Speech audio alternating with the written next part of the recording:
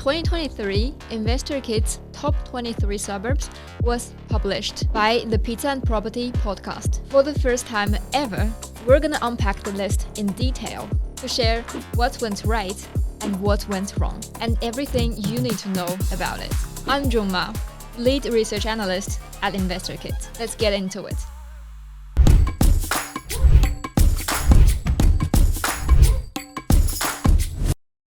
In 2023, InvestorKit published a list of 23 suburbs that were expected to grow above average in 2023. And that was published with the Pizza and Property podcast. In that list, 4 suburbs are from Adelaide, 3 are from regional South Australia, 3 are from Toowoomba, Bundaberg has 4 of them, Rockhampton 5 of them, and Townsville has 4 of them. So they are basically split between South Australia and Queensland. After 21 months since then, how have they performed? Today, let's look at data and find out. From February 2023 to November 2024, 7 of the 23 suburbs have achieved above 30% total capital growth. 13 of them have achieved 20% to 30% total capital growth. And only 3 of them have achieved between 15% to 20% total capital growth. And if we annualize these capital growth rates, 21 of them have achieved double-digit annualized growth. Only 2 were below 10%. One was 8.3% and the other was 9.1%. Overall, they have all achieved above average growth. So if we only look at their 21 months growth, we have done a good job in this prediction. But today, I want to do one step further to just analyze their 12 months growth from February 2023 to the end of 2023 to see if our prediction for 2023 was actually precise. So if we only look at 2023 growth, 16 out of those 23 suburbs have achieved above average growth. 4 out of 23 of them just achieved average growth from 5 to 7%.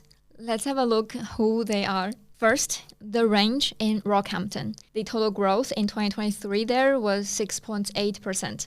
It's below 7%, so we consider it as an average performing area. And the rest 3 of them are all in Townsville. Kerwin, 5.3% annual growth. Bushland Beach, 5.6%. And then Douglas, 7.0%, just at the top of the average range. And there are 3 suburbs among these 23 suburbs didn't perform up to the average level. They are in Bundaberg, Townsville, and Toowoomba. The Bundaberg one is Kalki, and its annual growth was just 4.2%. The Toowoomba one was South Toowoomba, and it actually declined by 0.5% over the course of 2023. And then the Townsville suburb is Annandale, and its annual growth in 2023 was just 3.5%.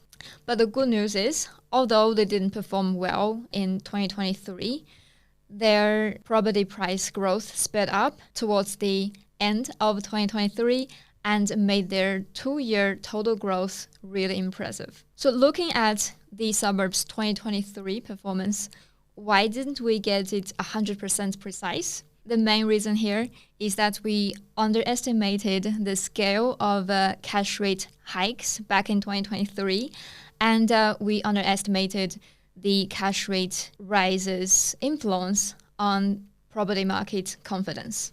First, all the below average performing suburbs were with some of the lowest rental yield level and the highest price level among its macro region. For example, Kalki, the Bundaberg suburb, had a median house price of $499.5 thousand at the end of 2022 and a yield of 5.5%. Compared to the other suburbs we selected, the median house price was the highest and rental yield was much lower than the rest. In 2023, as interest rates kept hiking, it was very likely that buyers' demand shifted more to the more affordable suburbs with higher yield, so that demand in these higher priced, lower yield suburbs went down and led to poor growth compared to its neighboring suburbs. And second, Townsville's market pressure was trending well towards the end of 2022. In 2023,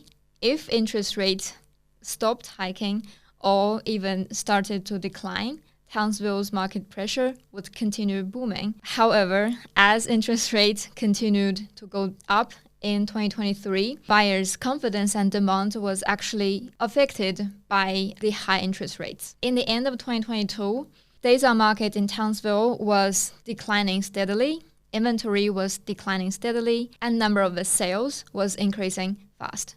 However, entering 2023, we saw days on market stopped decreasing, and during the course of 2023, it's actually increased a bit. Number of listings was continuing to go down, but at the same time, number of sales stopped going up. And as a result, inventory levels stopped declining fast in 2023. And all these combined together led to a slower growing year in Townsville. Our prediction was based on the assumption that Townsville's housing demand wouldn't be affected as much by the high interest rate because of the affordability and high rental yield. If that was the truth, Townsville's 2023 growth would be above average.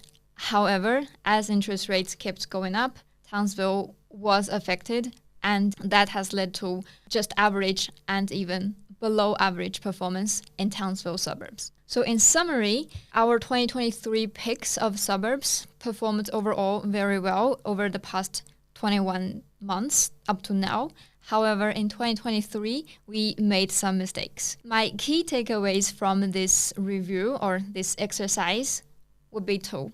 Number one, no prediction can be always 100% correct because there's always changes happening in influencers and push trends to perhaps totally different directions to what we have expected. You see, the RBA has world-class economists and they are in charge of a country's money supply, and yet they can't get the inflation prediction 100% right every time. That is why we need to constantly monitor trends in the economy and in the property markets. And also that's what we are doing now. And my second takeaway is that it's more important to look at the bigger picture than just focusing on smaller scale trends.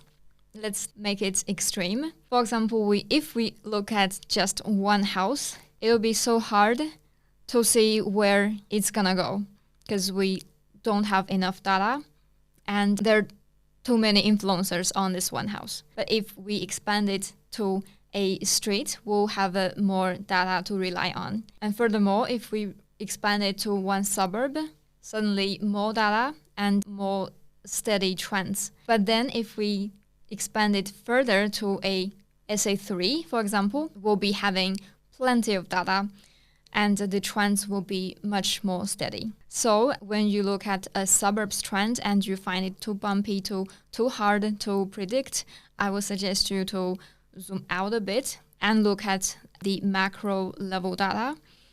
And in the long term, all suburbs micro trends will be converging to the SA3's trends anyway. So that was our review on the 23 in 2023 list. If you're interested in the 25 most undersupplied suburbs in 2025, stay tuned because we're going to publish that list real soon. Just make sure you don't miss out. Hit that follow button on Spotify or the subscribe button on YouTube. I'm Junge.